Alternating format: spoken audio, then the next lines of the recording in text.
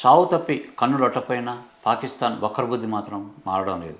భారత్పై పదే పదే విషం కక్కడానికి సిద్ధంగా ఉంది.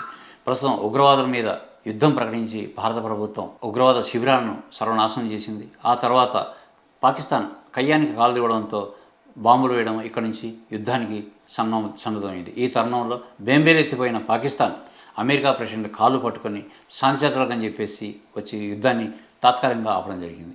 తాత్కాలికంగా ఆపిన తర్వాత శాంతి చర్చల కోసం గడువు అడగడం జరిగింది. ఈ గడువులో ప్రధాన ఎజెండా ఏముంటుందంటే ఉగ్రవాదుల్ని నిర్మూలించాలి.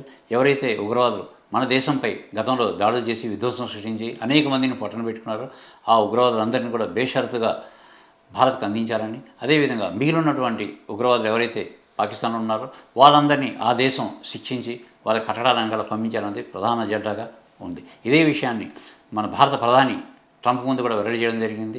పాకిస్తాన్ కూడా దీనికి అంగీకరించడం జరిగింది. దాంతోనే యుద్ధ విరమణ జరిగింది. యుద్ధ విరమణ జరిగిన తర్వాత కొన్ని రోజులకే మళ్ళీ పాకిస్తాన్ వక్రబుద్ధిని ప్రదర్శిస్తుంది.